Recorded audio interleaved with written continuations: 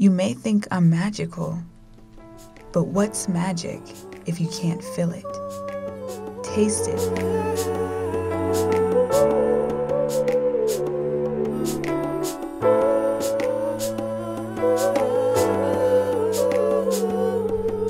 Hi guys, my name is Denise Gordon and I play the role of Ember. My name is Randy Melton and I play Jaheem Washington. Soul food is an act of protest. Okay, so I would have to say that my favorite is macaroni and cheese, collard greens, and fried chicken. Definitely on my top 5. Well, I don't eat meat anymore, so my favorite soul food dish is some good baked macaroni and cheese. I ain't gonna hold you, I might get my black pepper vote, but I don't really mess with collard greens like that. You know, they look, yeah, it's just spinach and kale.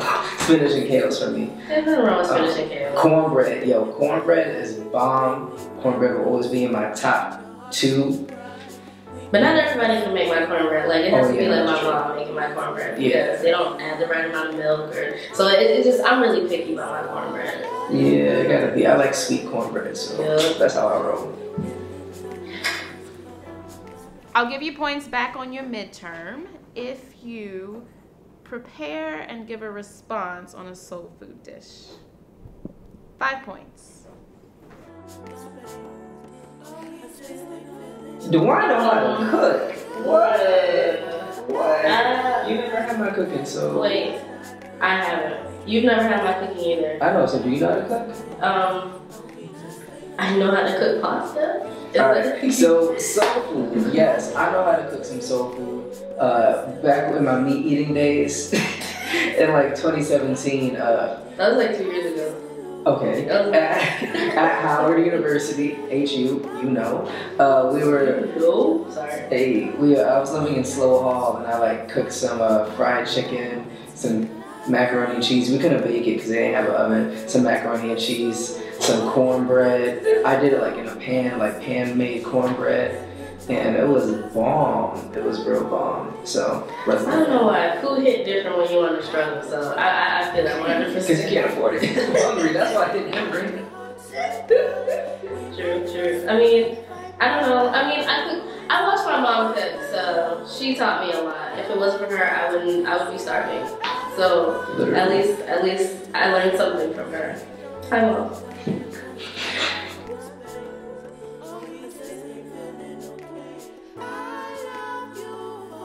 The process of cooking soul food in this episode, I think that it represents togetherness, and it represents like a timeline of, you know, how slaves had to come together and find ways to make food and use whatever leftovers they had to make a meal, and it just represents family, and I think that's one thing that this episode showcased. It really did showcase togetherness for me. I feel like for Jaheem, cooking soul food was really just a way for him to get together with people, because he doesn't really he's usually kind of, you know, by himself, to himself, he talks to people here and there, but it's not crazy. So this is like the first step to like developing true friendship, because, you know, before coming to Weston, he didn't really have any of that.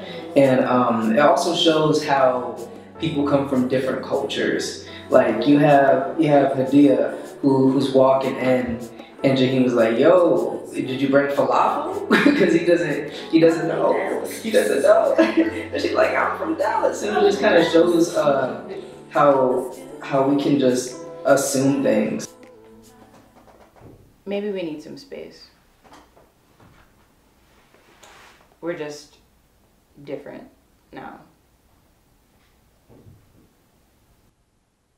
I'll see you around.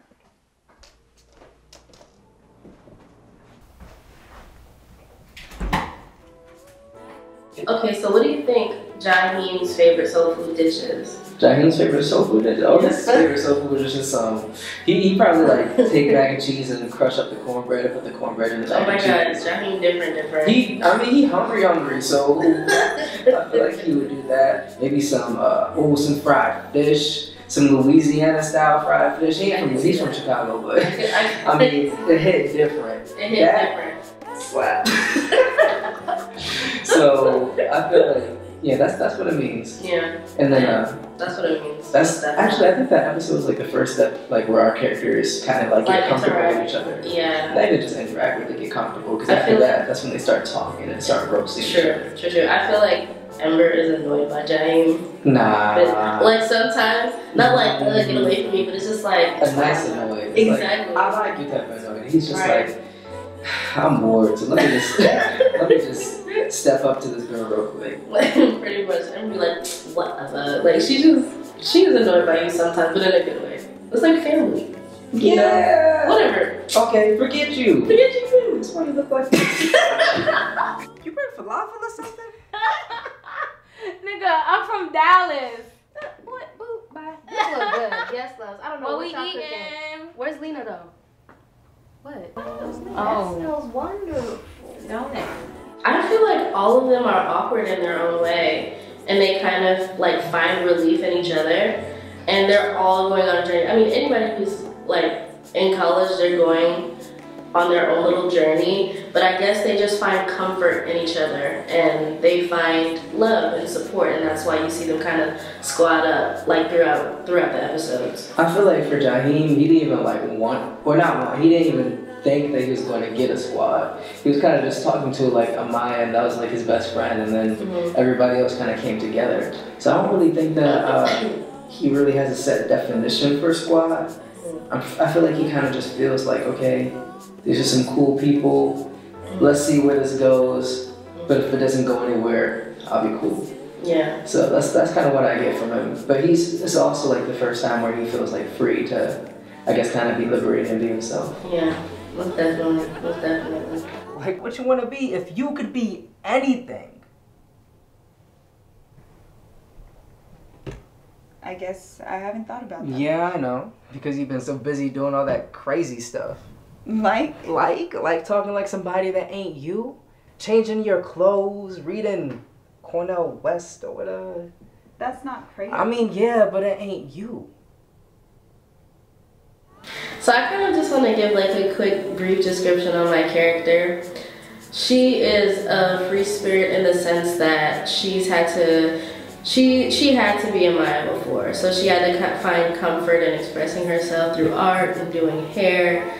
Honestly, she's a beautiful person inside and out, very loving, very caring. I can kind of like associate that with myself, but I think that's why I relate to her so much, because I love to give people respect and support and all that, you know, all the above, the sweet stuff. So it's really refreshing to find a character that I can connect to as much as I do with Ember. What's that? What do you mean? I mean, you barely say 2 words to me. I'm studying. Okay, but we'll be in the same place, but I don't know, in 2 different places. E-school's tough. I feel like, in terms of, I'm gonna speak on 2 things. In terms of connecting, I feel like, based off of what everybody has been telling me, they're like, yeah, you are basically Jaheim. You really are. Which is not the case. It's not the case at all. Like, there's a difference between Jaheim and Randy. There's a difference between Jaheim and Randy. There's a strong difference. There's like, it's just depending on how I'm feeling that day. I feel like when you're happy, like when you're like and you're just having like a really good day, I can see the parallels between you and Jaheim. Yeah, but that's just, I feel like Jaheim is more of a when I'm just cruising, when I'm just chilling. See, Randy's when I'm like, it's like a more hyped emotion or any other like heightened emotion. But I feel like Jaheim overall, he's not dumb. I'm just gonna say that. I'm not gonna spoil anything, but yeah, he's not dumb. So he peeps. He peep. Oh, he's the type of person to peep and not say nothing. Yeah, I'm just gonna say everything, but I don't say shit. I'm kidding. Wait, give me curse. What if when we said black, we meant good?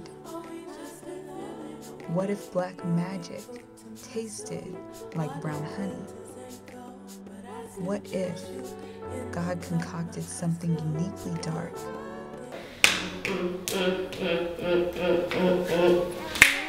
Gold. It's a handshake. Perfect. I know that. Uniquely African, uniquely me. A holy spiritual potion that connected me to the same confidence that made my ancestors sparkle.